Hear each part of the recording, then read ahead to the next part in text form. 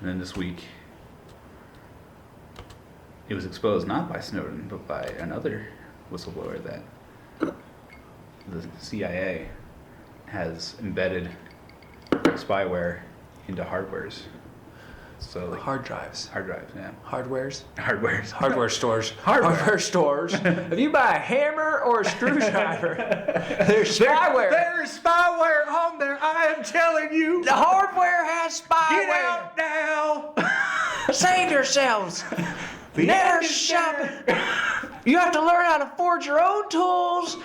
We have a blacksmithing guide you can buy on our website for $9.99. Look it up at whiskyandwifi.org.com and .net.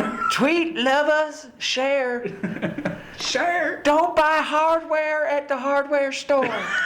There's spyware in the hardware. All right, sorry. I like that.